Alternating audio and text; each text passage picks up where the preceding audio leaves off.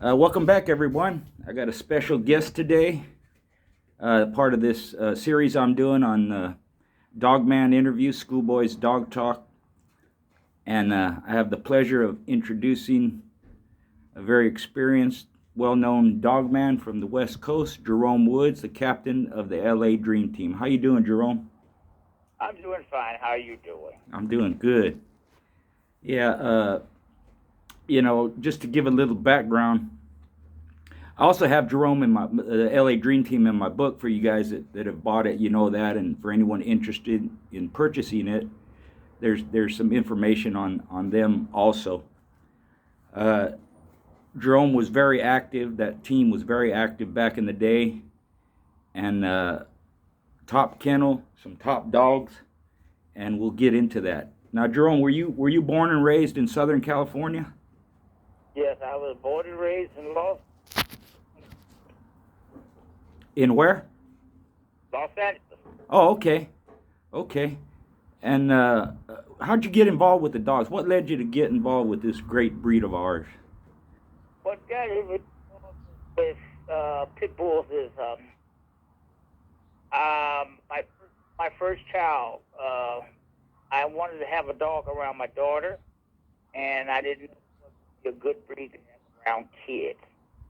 So I went to a dog trainer, and he told me a pit bull, and I freaked out on that. So fucking pit bull, because I was used to have boxers, and they get sort of aggressive, sort of around people and kids. So the guy told me to get a pit bull because they can handle a lot of pulling and stress and stuff, and that's how I got a pit bull.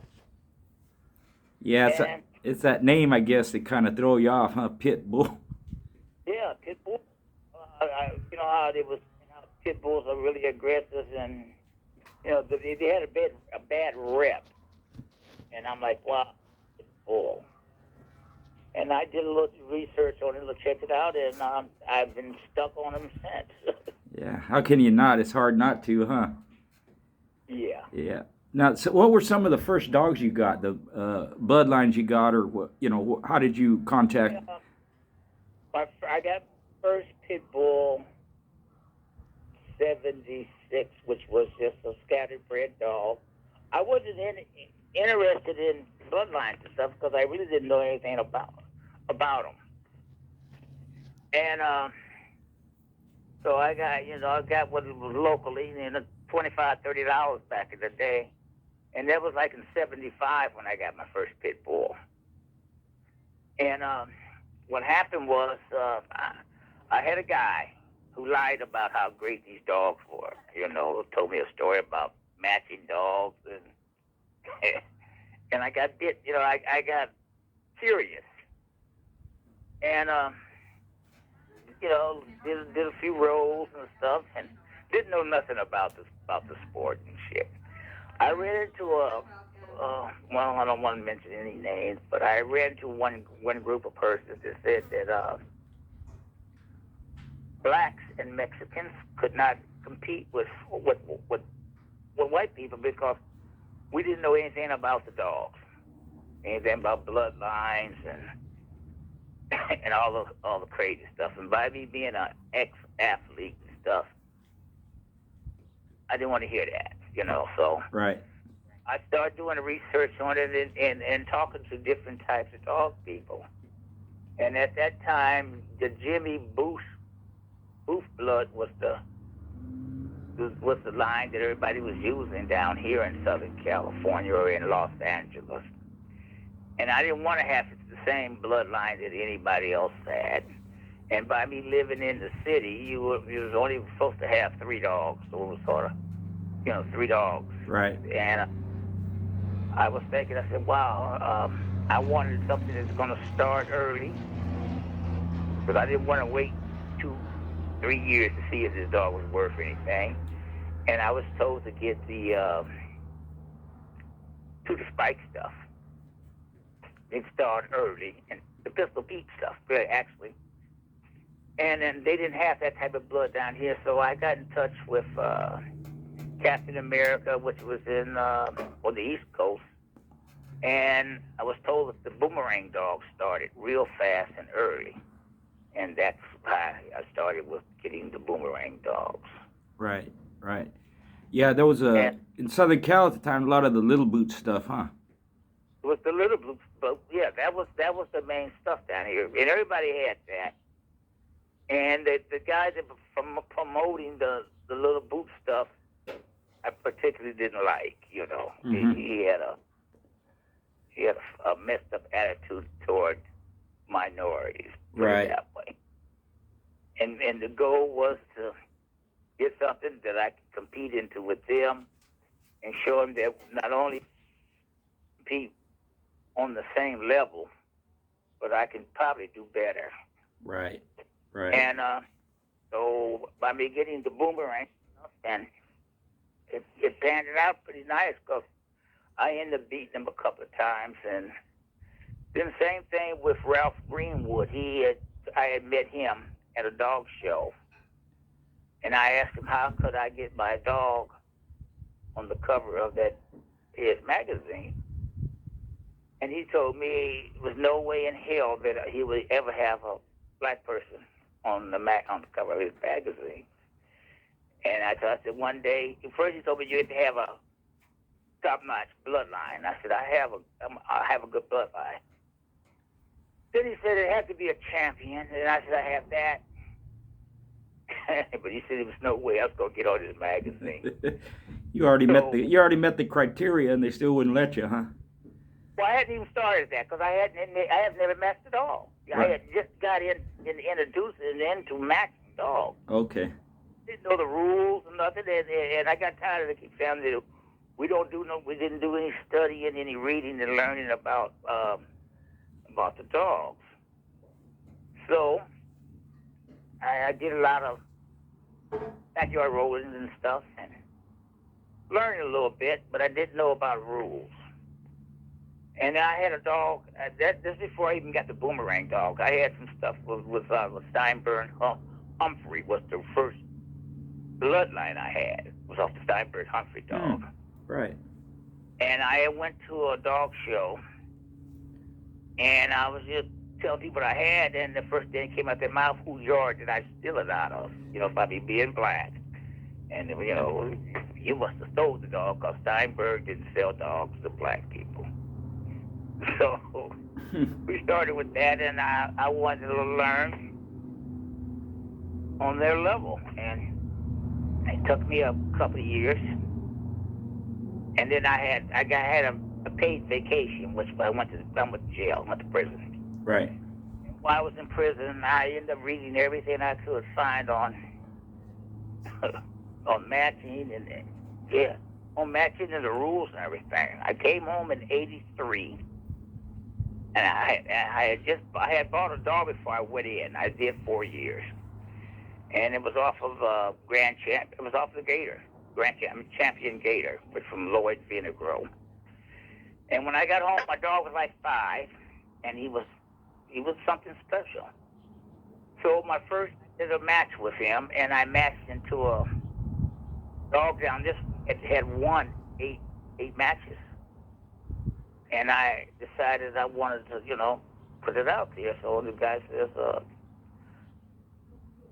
it was open, and since me being a new guy, I was crazy to fight an 8-time winner. But my pistol dog, I had rolled the mess out of him before I went when he was young, and he was set up for 4 years. So I matched him into an 8-time winner and won.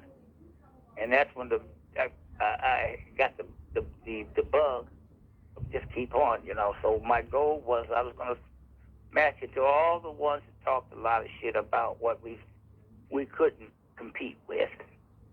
And that's how it started. That's very interesting. Yeah. Yeah, because even on the long period of time I've been doing dogs, I only had maybe four people ever beat me. You guys beat me twice. Right. Long Beach Kurt twice, and think that's it. I think Cat and Company too. No, yeah, Cat and Company beat me once. Yeah.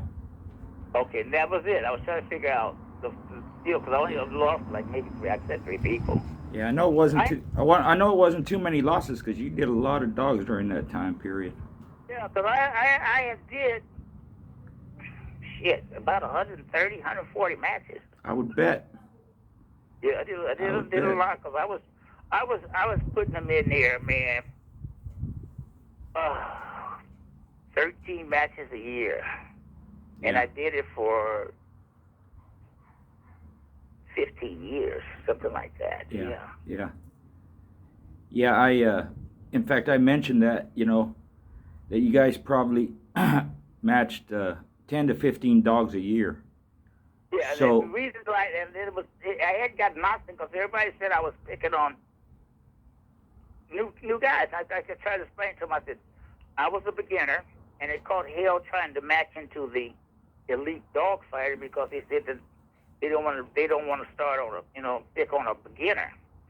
And I had always said that if I ever got the chance that I was going to be considered a top-notch dog man, I was open to anybody, a beginner or a veteran. It didn't make me any difference as long as you was a true dogman and you accept a win or a loss the same way.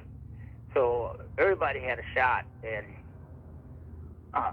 that's how I doing so many matches and carried on. Right. Yeah, that thought, a lot of people don't realize, they don't do their research or history, they don't know history, but minorities been involved in the dogs almost from the inception, Yeah. They're even mentioned in the book. There's a lot of old pictures. A lot of them were did their own breedings, So that's kind of been that was kind of lost along the way. But the history is there, so we can find out, And I consider myself a historian, so I do a lot of that research, and I'm finding all these different people that were involved, But it just shows your determination. They weren't going to stop you, and to come out the gate like that with the gator. Some people, I've talked to, they get that gator mixed up with Lloyd's gator, or pistol. I'm sorry, gator, it was pistol, right? It was Lloyd's gator, the one I came off of. Right. But they had two different types of gator. You had the Surreal gator. Right. And then you had the Lloyd's gator. I had, which all came back to the pistol dog. Right. And like I said, when I bought from Louis Vinagro, he had just started into dogs too. Cause I think he had just started into selling dogs and carrying on. Okay. And I remember, I bought my first dog that I paid some money. I paid $200 to Lloyd, to Vinagro, and I was expecting a puppy with a big head and this big buff dog. Yeah. And I'll never forget this. He sent me my pistol dog. And I get him out the airport. I come home and I opened up the kennel and he took him out and my wife started laughing at me. He says, he sent you a beagle. Right? And I'm like, I'm just getting out of the pen and I'm, talking crazy. So I call him up and I said, man, what the fuck you sent me? He said, what are you talking about? I said, man, this is not a pit.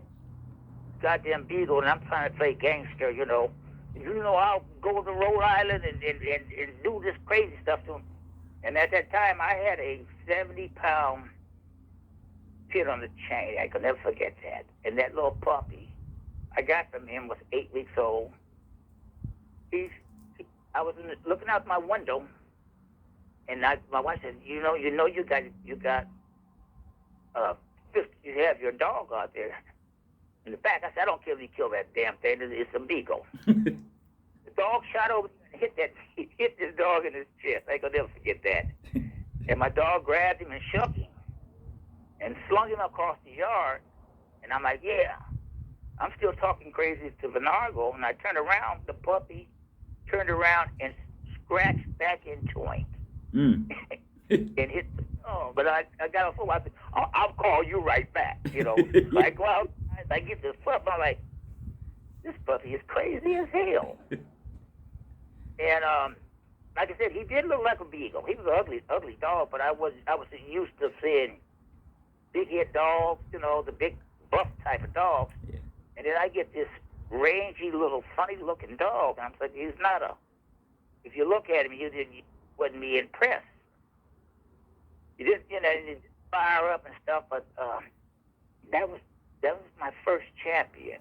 So that's the one I said when I went to the penitentiary and came home. He'd sit on the chain, and Pistol.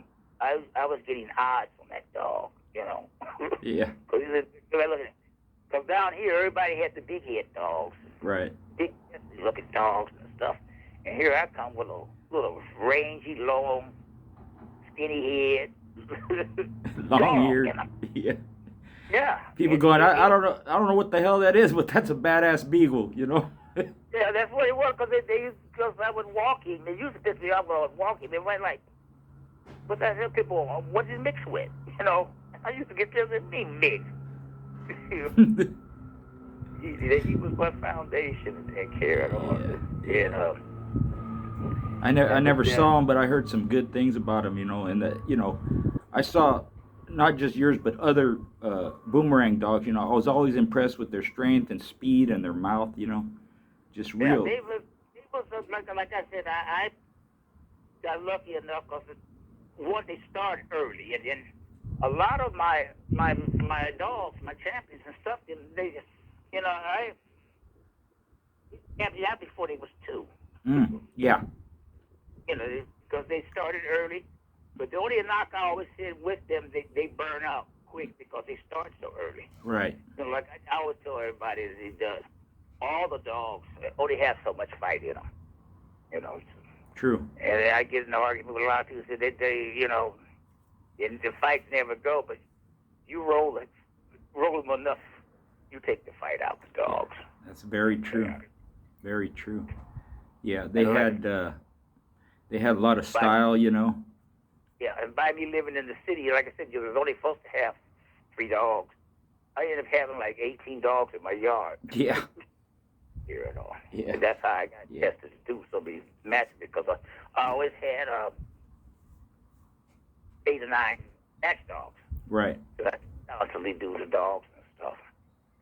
You matched almost, well, I don't know about that, but it seemed like you matched almost every dog you had, like you only kept the good ones, Every dog I had on my yard, it had to be, if it wasn't a match dog, I wouldn't have them on the yard, even the schooling dogs. Right. Because I didn't have the space. So if you didn't start up early, you wouldn't be on my yard. Because the youngest dog I ever matched was 9 months old. Wow. And I can't think of the guy's name. I was a female that I had to match it and carry it on. And they started early, because I had one that I matched her at 9, and by the time she got 16 months old, I had won three matches with her. Wow. Which one was that? Do you remember her name? Yeah, that was Dinah. Oh, okay. Right. Mm-hmm. Yeah. That was Dynasty, and on the 3rd match, he got poisoned away. And they poisoned the dog because they told me they got tired of me winning. That's crazy. And he was eating or doing something, all types of rumors went about me. I cheated, I stole dogs, all types of stuff. Just to knock a successful person. So they came up with shit. Yeah. Yeah, that happens. People can't take losing, I've never known you not to be just on the up and up, man. Just straight ahead, come in there. You didn't care who it was, 1-time winner, 5-time winner, young, old, whatever. You just. Yeah, well, like I said, because I went through a lot of things, with by me being black, you didn't fit into this group, and I didn't care who I associated or who I talked with. You could be the Ku Klux Klan, or you can be the mafia. I didn't care. As long as you were was fair. Right. And then I got that. Actually, I got that from Jack Kelly, because when I first started into the game, I used to write him, and as he said, I was crying because I couldn't get the matches that I wanted to. I couldn't fight the Will Kennels, the white people, basically white people in Carroll. They wouldn't mess with me. And he told me, he said, you know what? He asked me, he says, Cap, what color is your money? And I said, man, what color is money? Money's green. He said, you know what I'm going to do, because you've been crying so much. I'm going to send people towards you. And then we're going to see what kind of dog man you truly are, And that's how I broke I tell people I like till I broke the color line. Because you started sending people from all over the country to fight me, to shut me up. He didn't win, and he's like, I can't believe that this guy's a new guy and he's winning like this. So he started sending people. And different kennels was selling dogs to send the matching to me. Right. And it got sort of hilarious, because Pat Patrick one day called me up and told me to stop matching into his dog. He said, stop matching. He said, Cap, I want to offer you, make a deal with you. If I send you a dog, would you match him? And all I'm asking for you what to do is, if it turns out winning, let them know that it came from me. And I said, well, Pat, I can tell you something better than that. I said, I breed my own dogs and I fight. I said, I tell you what, you keep selling the dogs to the people you keep sending to beat me, you'll get paid and I get paid. And he hung up on me. Yeah. You was right, Bobby though. Hall, I was beating Pitt Town. There used to be a thing called Pitt Town here. I had beat him like 15 times straight, and I refused to match into him. And they kept buying dogs from Bobby Hall. So I said, man, I quit fighting. I said, Phyllis and them, I said, man, you guys are spending a nice piece of change on your dog, and you're betting a nice piece of change. And I'm beating you. I said, what you do next time, Bobby Hall and these guys keep calling you up and telling you they had something to match into, that they can beat me, tell them to call me, match into me, and then you'll buy the winner. And I never forget, Bobby Hall called me up and asked me that I had a certain weight, and and he said, okay, let's do it in 2 weeks. I started laughing. I said, man, who you think I'm going to set up a fight, a match in 2 weeks, and I already know you're going to condition your dog.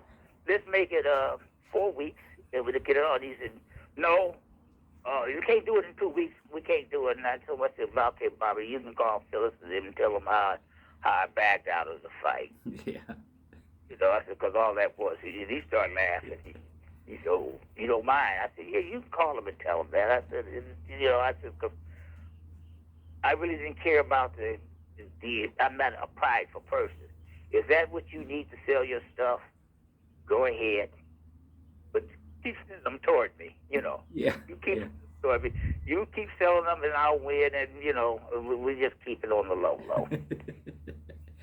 Yeah. That was I thought it was sort of people. It was. But a lot are really salesmen instead of being a true dog man. Right. And my theory was, I love the game, and it wasn't about money.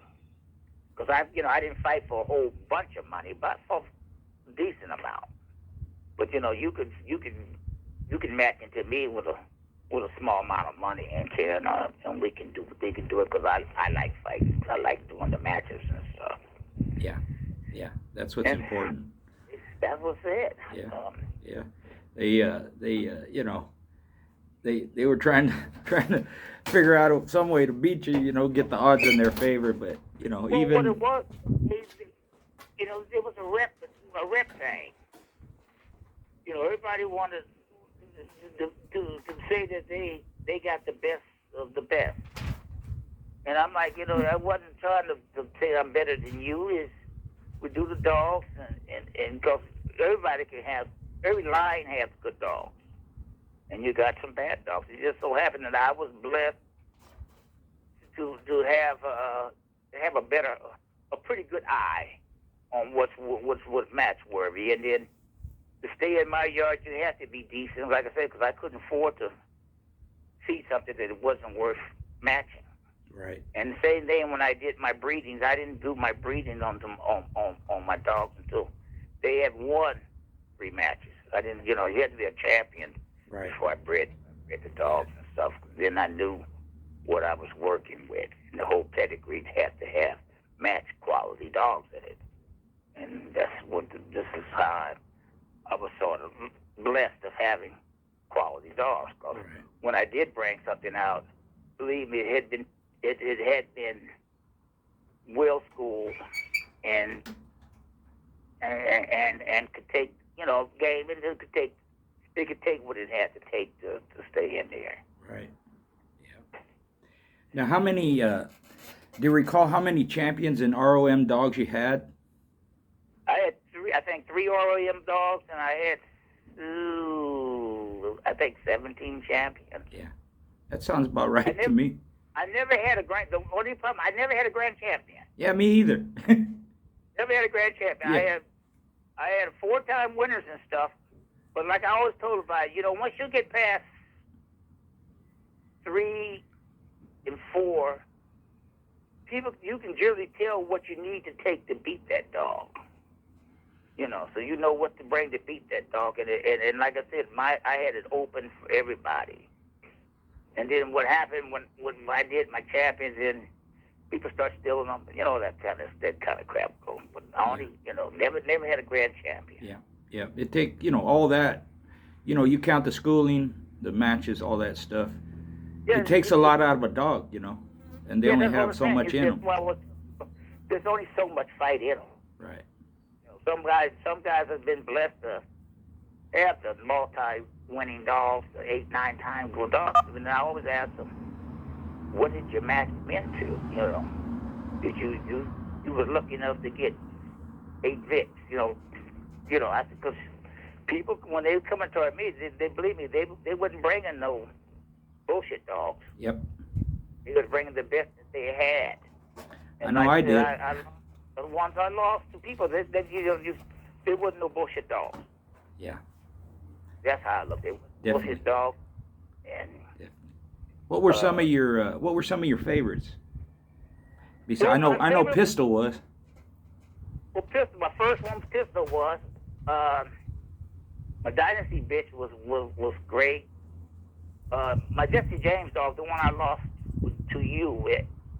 And like I tell you, there's been a big story about the difference, that they said he had quit, but I remember I did a courtesy crash to you. Yep, you did. And that time when I had that fight, I had a temperature of 103, 104. If you can think about it, you notice I never came out of that corner when I released the dog. Right. I was the dog. And I had a partner. At least I thought he was my partner. He got so pissed about me getting all the credit, he gave my dog a shot in the hip, and I had a baseball-sized hematoma that blew up on his hip. And I did him with you because I didn't believe in paying forfeits. And it messed up his back end, so if you pushed him, he would collapse and stuff. And that's when I ended up picking up with you and succeed in the fight, because I knew he was not Jesse. He was fighting well, and I was sick as a dog. Yeah. Yeah, definitely handicapped, He was that. Yeah, I thought a lot of that. What's that? Go ahead. Same way when I lost to Cat and Company, I used the bitch that was in full heat. Because she was paid a forfeit, and he beat me on that one there. Yeah. But the best match I ever had when it was fighting Cat Company, when I used Wyatt, and that was 3.5 hours with no scratching, no out of hold, and no turn. Yeah, I thought a lot of Wyatt. I refereed that one, I think. Oh, you refereed that? Yeah, I think so. That was off fight, because he didn't start it coming on until like about an hour into the fight, because I thought he was the dog we went into. I had refereed both of his fights, and I watched him kill 2 dogs. Yeah. I said, I really didn't want to be honest, like I tell people, I did not want to fight that dog. Right. Because I seen that was a top bulldog. And then even though I would have chose to fight him because I didn't choose to fight one because I wanted to fight Jinx, is who I was supposed to be matched into. Right. He switched over and brought that killer out. Because see, I lost the matter of fact, I lost the Jinx. Right. Back. Right. And I knew Jinx was, even though he was a grand champion carrying on, he was just a funny fighting dog. And I really didn't think too much of Jinx.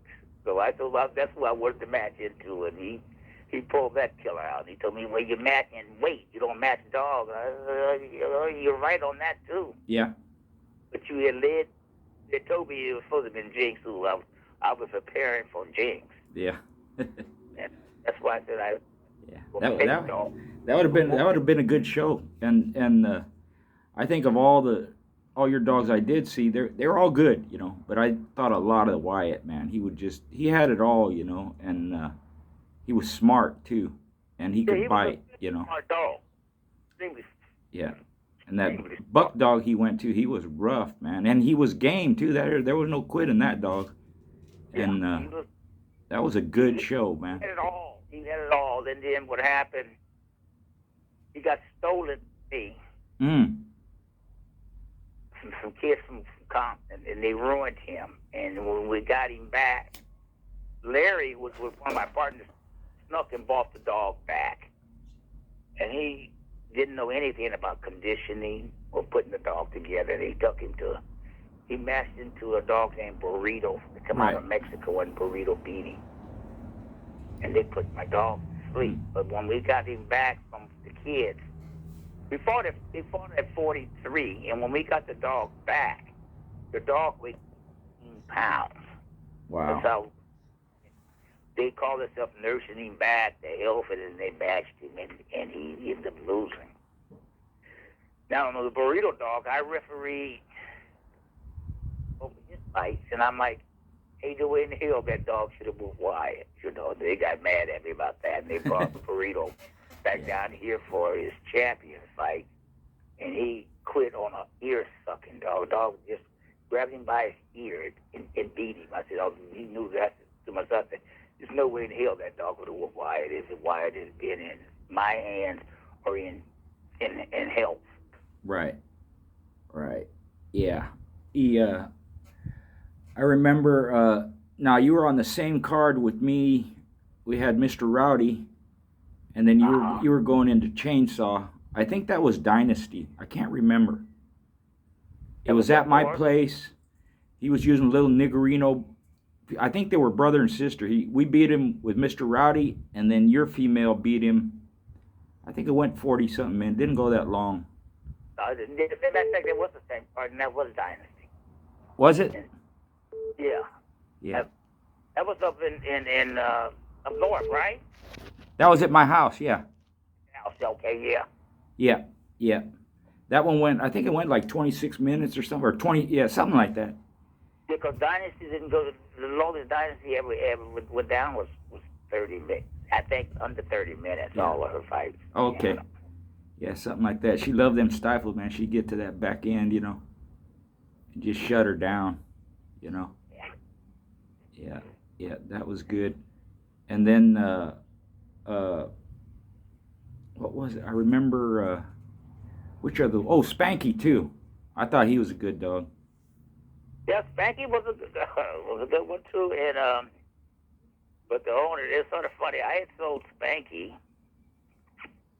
to a kid out here, and my knock was that I spent too much time on conditioning, training the dog, and you didn't have to do all that. And the guy got you, like I said, I had a lot of people that was partners with me. And after they'd been with me for less than a year, right under a year, then they all left because they were saying I was getting all the credit. And people wasn't recognizing them as a dog man. And I kept trying to explain to them, I said, I've been in the game 10, 15 years, and you guys are just starting.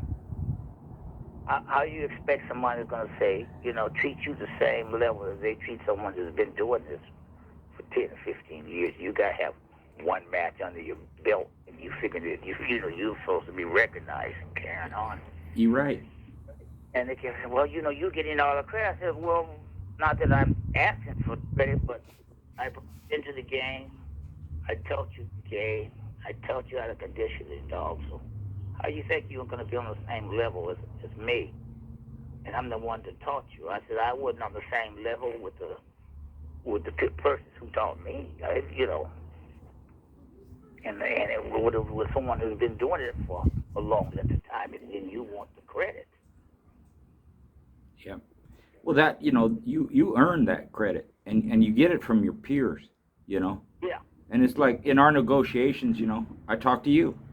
It wasn't other people. I know you had other guys on the team. There was Randy and different people, and you always have help. I had a partner for a while too, Mike, but you have the experience. The dogs are yours. They're your breedings. That's why they call you the captain. That's why I keep trying to tell them, because I got called the captain, because I had a team, and you had to have a captain on all the teams. That's I right. came up with That's right. with the cap. Yeah. Same thing. They did an interview in the Journal. I think I was the first black person they ever did in Sport Dog Journal, if you look way back. Yeah, Little Rock did that. Yeah. I mentioned you and a few other people. Right. That I respect.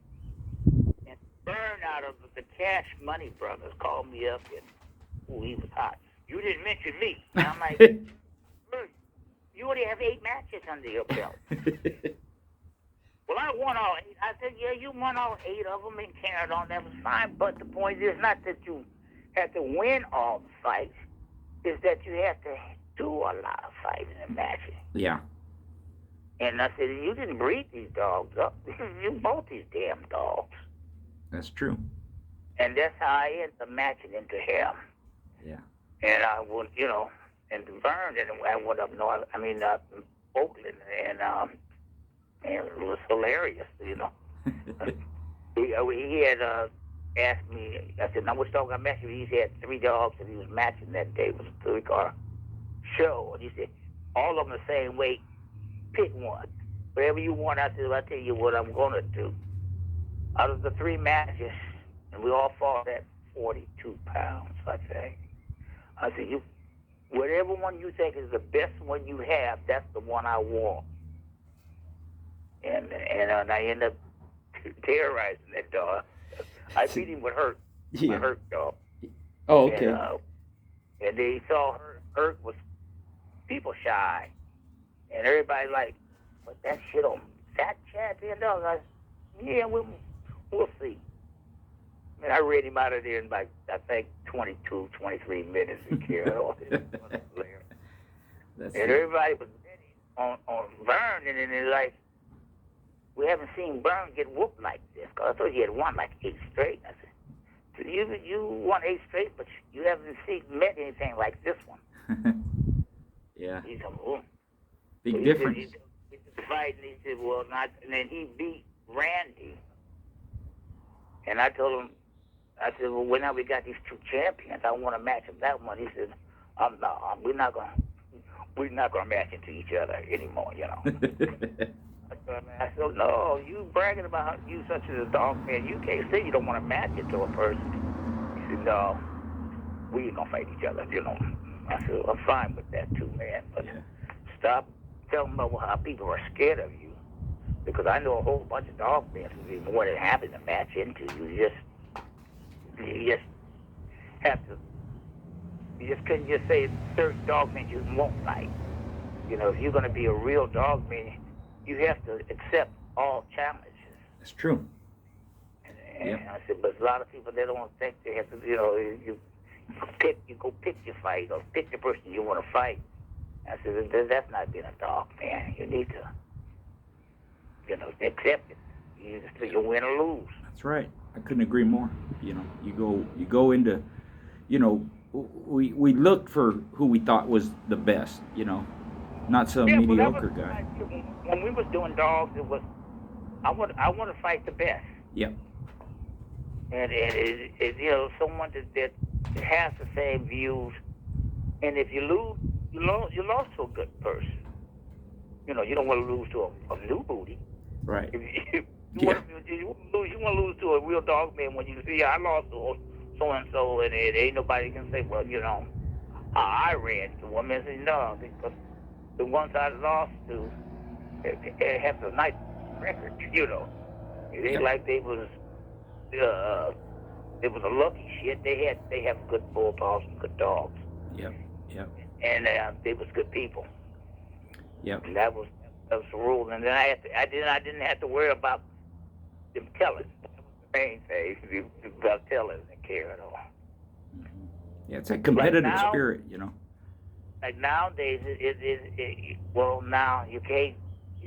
Like I said, every generation is different, and now you don't know who you're messing with, and people don't hold water. They get busted, they'll tell. So Yeah. that was one of the reasons I stopped doing dogs when I came home, because they told me if I ever do a dog again, that I'm gonna look for like 16 years, and I'm like, it's not worth me going back to the penitentiary. Dogs. And then with my age now, you know, I'm 70 years old, so I can't put a dog between my legs no more. Right. Like I can't, if I bend over, if I kneel down, I can't get up. You know. It's fun. It's funny, Cap, because me and you know, our careers kind of mirror each other. Same thing with me. You know, everything changed. I couldn't have dogs no more. I was too risky. You know, I've been convicted twice of dog fighting, and then you get older. You know, and I can't. You know, I couldn't handle no dog. I couldn't work no dog. But you know, we can reflect on what we did, and they were great times. We was different. We had it was a challenge stuff that we tried to. But I learned as the years earlier. Now I'm watching now that guys are buying dogs. You know, it was more fun breeding, raising, schooling, and using something that you put your work in. You know, anybody can go buy a champion if you got enough money. Somebody did all the work, and then you get it and match it, and you want all the credit. Yeah, true. And I think for, at least in my case, you do better with dogs that you bred and raised and schooled and fed and matched yourself. You know, I always did. You know your dogs. You know everything about them. You raised them. Yeah. You know your dogs. You know your bloodline. And you can tell people that, you know, my line basically carries this and that. And you know exactly what you get.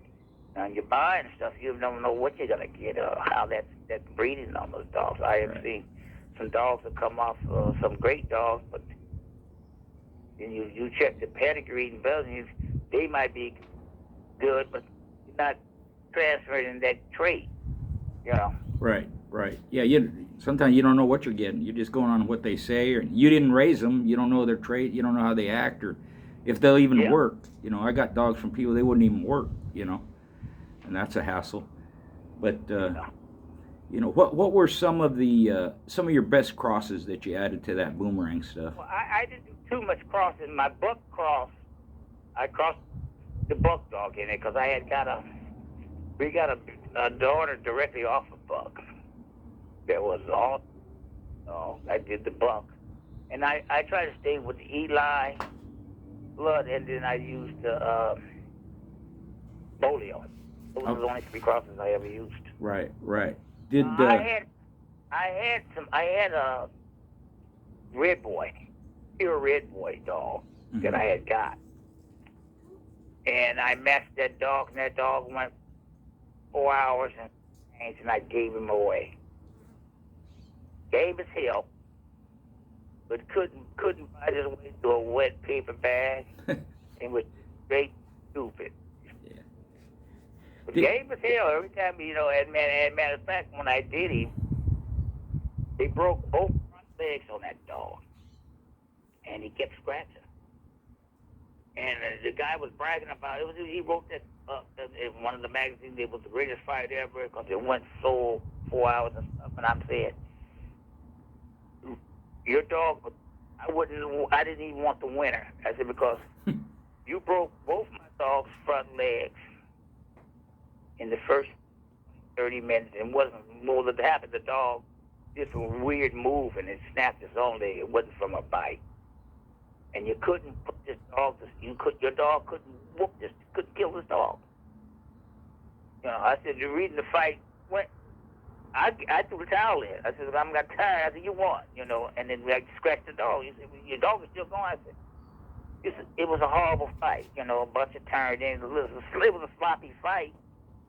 And I said, the reason yours kept going, because my dog couldn't bite his way to a big bag. He couldn't hurt you. He'd run over there and flop down. I said, it wouldn't happen. And I turned around and gave that dog. I said, anybody want this piece of shit? The dog is super game. You can have him, because I wouldn't have it. I wouldn't even cross that into my line if this is what they're going to produce. Right. A stupid dog with no mouth, no skills, run over you and get to go apart. Yeah. And I also crossed the Hank stuff. I take that back too. Into my line too. I had some real special dogs. Didn't you have Hank Jr. and some of them dogs? I had a son. I had a daughter, off a grand champion. Right. That I got from Nargle, and I put that into my line and stuff. And I had that crossed it that Hank Blood. It was just straight mouthy dogs, really mouthy and pretty gay. It just had this bad quality that it turns. It'll turn on you. He would turn on you, but he'll kill you. Right.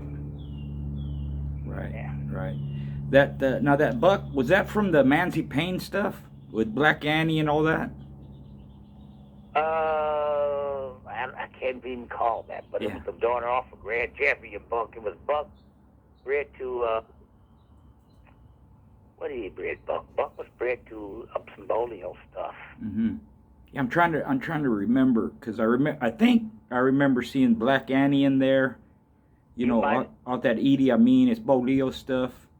Yeah, because how I ended up getting her was we had fighting roosters. Well, Larry had fighting roosters, and he said we sent 5 roosters to a guy in the Virgin Islands, and then he had to have pits. So we sent in the roosters, and said what we'll do, we'll send you our top roosters, take them out of the team, and see the quality of what we send you, and you send us something the same quality of your dogs of the birds I sent you. Mm. And we sent him these 5 roosters, and he said he's never seen nothing like this. And that's how I ended up getting the buck bitch. Oh, okay. Gotcha. And on the buck bitch, I went into Clayton with, and he said he's never seen anything like this bitch. She was awesome. Mm. Yeah, good stuff. I can't remember a lot because my long-term memory is shot. So it's hard. Mine too. I got to take notes sometimes, because I forget, and but back then, Cap, I remember you being here, there, everywhere, up north, down south, all over this, east, west, Yeah, how funny it was because Jack Kelly, which when I started winning and sending the guys, he because back in the day, the Sporting Dog Journal had two different types of magazines. You had it was the same thing in magazine, but he had different ways where you had the true dog men in one book, and then you had the ones that didn't think of in the other book. Hmm. And what he told a lot of people to be in the main magazine, that especially on the West, that they had to invite me, and I have to be there, truly be there to see the matches, to make sure they were real matches and stuff. And that's how I got a chance to bounce around. Right. So everybody started inviting me. I went to one match, which was all, I think I was the only black there, and the majority of everybody else was Klansmen. it was sort of funny. I was like, what the fuck is this? You know, Yeah. he scared him. He said, you're here safe. Y'all know you. And when I bring you here, I had a grand wizard who actually invited me. He said, you ain't got to worry about nothing. You're going to be safe. We're all dog men. I'm like, oh, fuck it out. Fuck it out. I'll go ahead and go. I've been through some weird fighting. I'm like, why in the hell I'm here? And I know on the racial thing, it was different, but when you came by doing dogs, everybody was dog people. When we left there, and I told them when we leave there, I'm gonna go ahead and go home, and you guys go do what you got. Yeah. Well, that's kind of how it was at your spot. I never, there's never a problem. Safe, I told everybody I used to call myself Lion's Den, and I had everybody here. I don't care what were you involved with and carrying on. My home was considered neutral for everybody. Right. And clans did some fights here. Skinheads did some fights here. Some of the Mexican gangs did the fighting here. The different blood, Crip, all of the different gangs here. Yep. They Asians. knew when they came at my house that there was no bullshit, and everybody had to be treated like men. Right. Yep. And that's how we got a chance to do it for so long at the house and carrying on. Yeah. You always carried yourself as a professional, Back them in here. And we had a good time. Everybody got here, and then they had to worry about any problems and stuff because we were not going to let any problems happen. Right. Yeah. Yeah. Did now what? After you retired, did you have any dogs left, or did you put them in people's hands, or? Well, no. What happened was on my last bus before when I went to bed, they took all my animals. Took all my animals and put them. So now I had some that was scattered out, but they put all my dogs to sleep. And when I got back home, some of the breedings I have blood that people had bought, I couldn't do dogs anymore. So then my wife and my son told me, no, we can't afford you to leave again. Right. And I'm just that. I was a firm believer. I love pit bulls, but I always thought they was only good for one thing, and that was if I couldn't use them as what I thought they was designed for, then I had no reason to have them because I didn't like them. I didn't use them for no guard dogs. Yep, that was my attitude. That's the way I felt too, Jerome. Honestly, people ask me, "You don't have dogs no more?" I said, "No. If I can't do what I used to do with them, I'd rather not have them." I'm still involved. I do all kinds of stuff. I judge shows and I travel all over the place, even Europe and South America and stuff. Judging dog conformation shows and weight pools and all that. But I don't have dogs at all, and I haven't for many years. And that's one of the main reasons why. If I can't have them for what they originally intended for, I'd rather not. And in this, I have 3 dogs. Right. And stuff, but I don't even have papers on them. Yeah. For what? Because I didn't breed male dogs carried on. And they've never been touched, and I'm like, wow, So like I said, I would like to do something, but then again, I said, you already told me if they catch me doing anything. Yeah. Nah. Going so long. Yeah. It's hard not to be around them or have them and all that, man. They've been part of our life and all that, and that's probably one of the reasons I do what I do, still go around, not so much anymore, I'm a little bit older, but I've been all over, like I said. It's just hard not to, them be in your life, Yeah, that was a good part of my life. But like I said, I got 3 pits back here my dogs are kenneled up. I let them loose in the yard, let them run around the yard and stuff. I don't even walk the dogs. Right. They wouldn't what it feel like putting a leash on them. Yeah. Yeah. Just sitting back. Yeah. You have grandkids and all that? I have great grandkids. Oh, wow. I have 16 grandkids. Wow. Yeah, I got Okay. 11. No great grandkids, but I got 11 grandkids. Yeah, my one daughter has 8 kids on her own. I have a daughter that did that. That Yeah, has 8 on her own too. All the rest of them have 3 kids. I had 5 kids, right. 4 girls and a boy. They all have 3 kids apiece. Well, 3 kids. I have one that has like I said, 8, Yeah, and the other ones have 3 apiece. yeah. Did they ask you about all that stuff in the past? Mine like to talk about it sometimes, you know. No, cause most of none of my grandkids asked me about that. My daughter, my oldest daughter, and my youngest knew about the pits. But Right. I have 3. Yeah. Yeah, Yeah. 3 You different people. you were probably like So, me. You didn't want I didn't want my kids really be involved that way. You know, I didn't want them have to go through all that. You know. well, like I said, my youngest was my son, and he was really involved in it since he was little. I had some tapes where you can hear at the age of 2 and 3, he got $1 in his head. I bet it on Daddy's dog.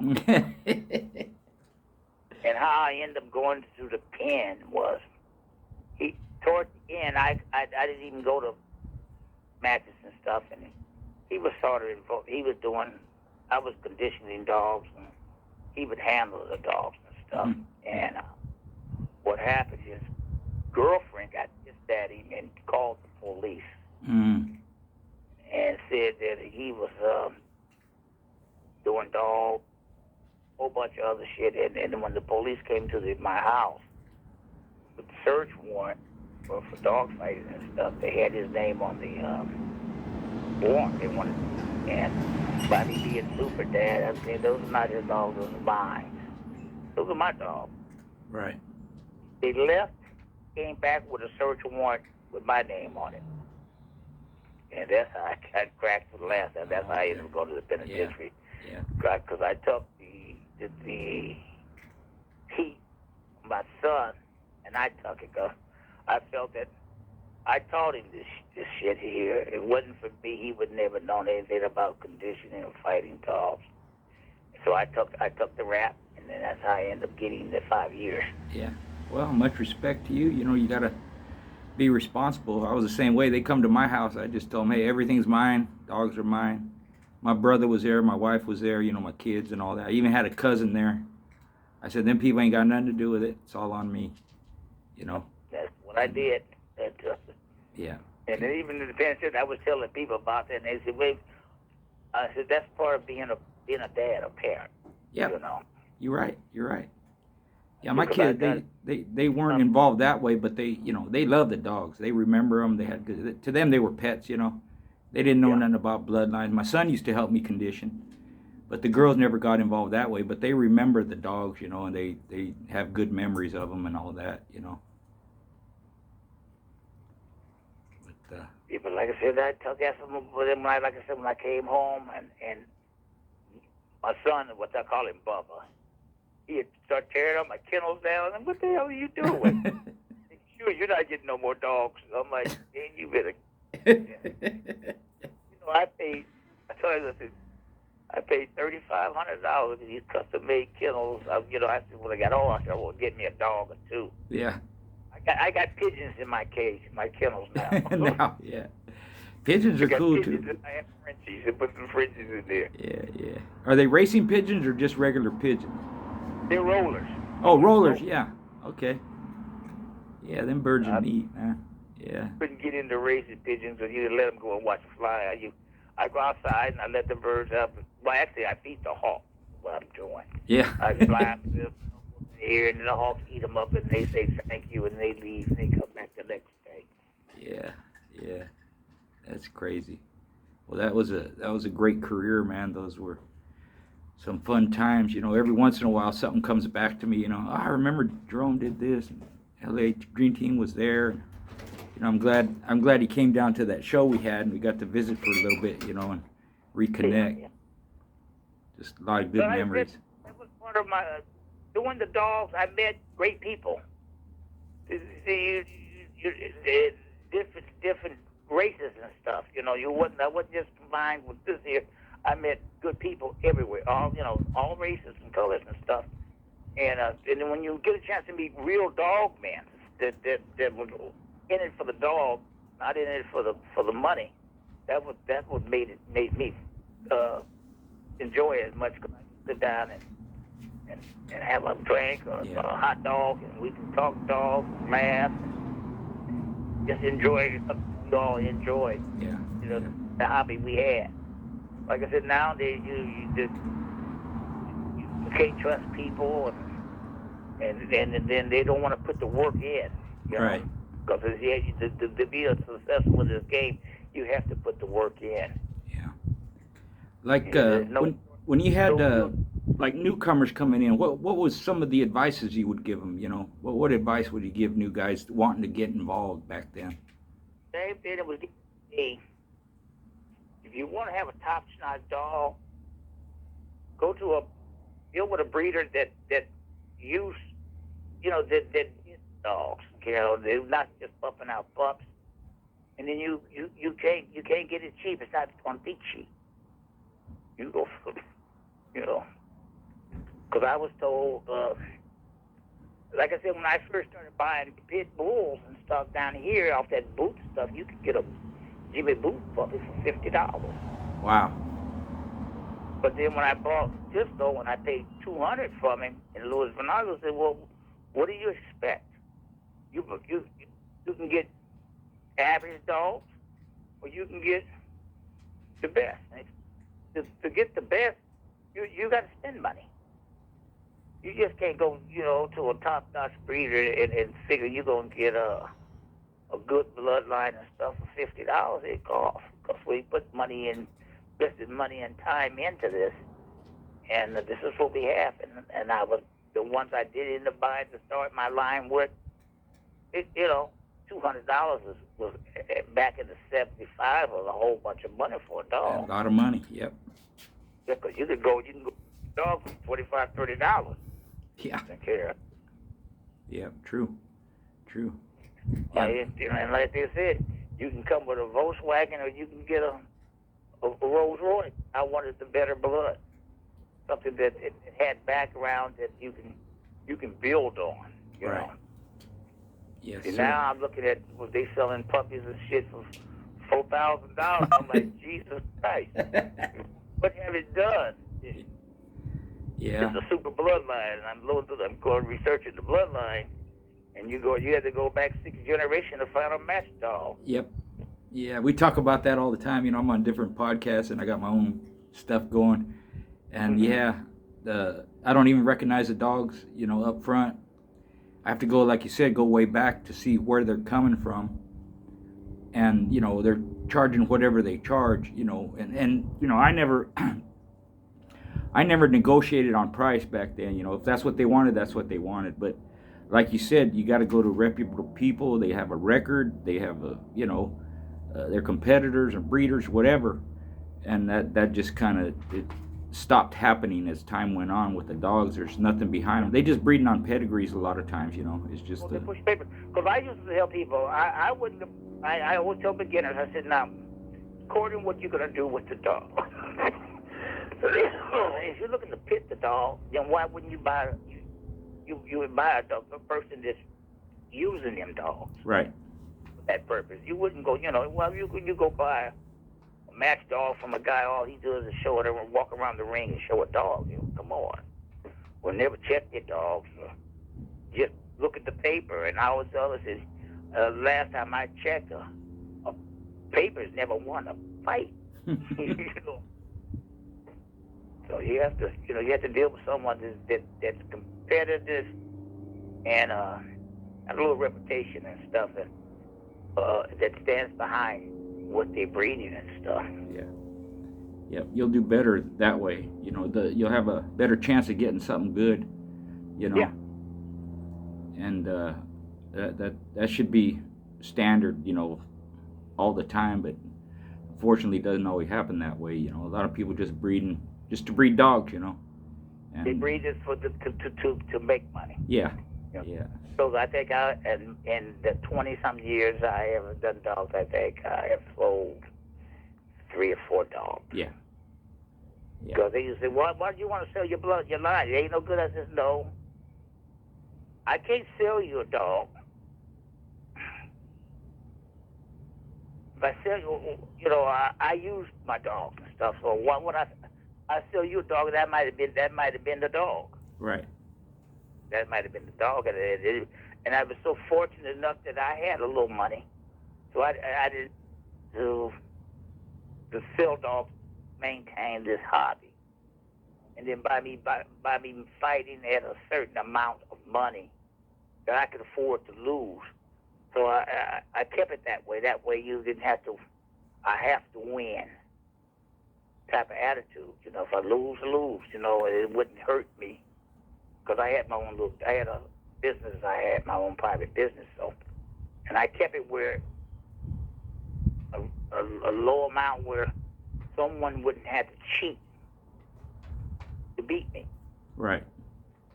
I fought Indian, and I learned that from Indian Sonny. Mm-hmm.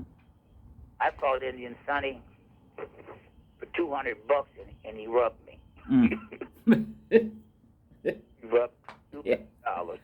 That's crazy. And he told me flat out. He says, "Cap, don't get mad, but that $200 lesson." He told me it was a lesson he gave me because everybody told me not to fight him because he cheats. Yeah. I'm like, for $200, he's not going to cheat for $200. And Sonny told me, he said, I couldn't, and I was new in the game. Then he said, I could not afford to lose to a new booty. I sell dogs. But the dog that you end up losing, that I end up beating, would you like to sell him to me? He said, that dog is awesome. I had threatened him. I said, if I ever get you off this reservation, I'm going to kill you. So he took me for like 10 years. Yeah. 10 years. And then we finally, I'm like, fuck it, it's done with. I said, that was a $200 lesson. You learn, you know. You can't trust anybody. Because I didn't even, I had another guy wash and didn't do nothing. And I turned around, I'm in the pit, and he walked right in, and they didn't wash him, they didn't do nothing. I had brought milk, the whole 9 yards, right? Yeah. And I'm like, did you wash him? Oh, I thought you were supposed to wash. I'm going to wash the dog. I'm in the pit. His feet covered his smiling. He put that nicotine sulfate on that dog. My dog bit his dog one time, and his mouth froze. That was it. $200. I said, it was awesome. That's crazy. He said, this is how the game go. I sell dogs. You're not going to beat me, and then people talking about how you let a new booty beat me. Yeah. Sure, I go. Yeah. He was looking at future dollars, not just the 200, Yeah, well, because he was selling, at that time, Sonny was selling everybody's dogs. Everybody buying dogs and Sonny. Yeah, that's true. And then here you come, a new guy with dogs? Oh, that's not going to happen, Mm-hmm.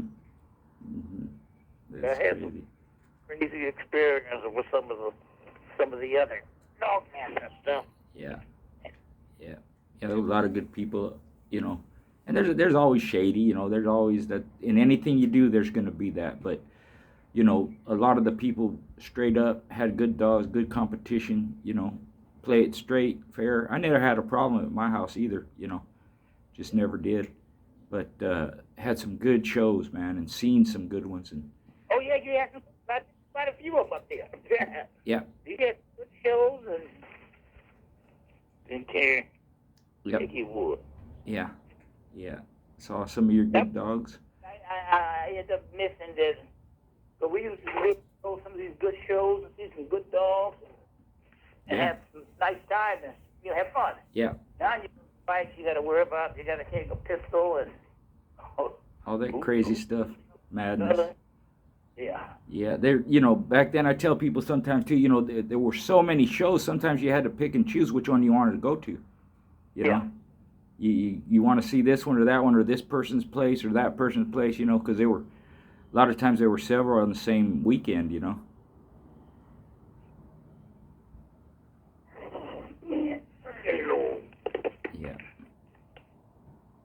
You still there? You still there? I'm still here. Okay. I can work for a minute. Yeah. Okay, well, All right, Jerome. Well, I thank you for doing this. And is there anything you'd like to say before we split? well, I enjoy talking with you, and I hope that this game will never stop. But I do every now and then, I do drift to Mexico and see a fight or two. Yeah. I appreciate it. All right. And thank you for doing that. And thanks right. for everybody for watching.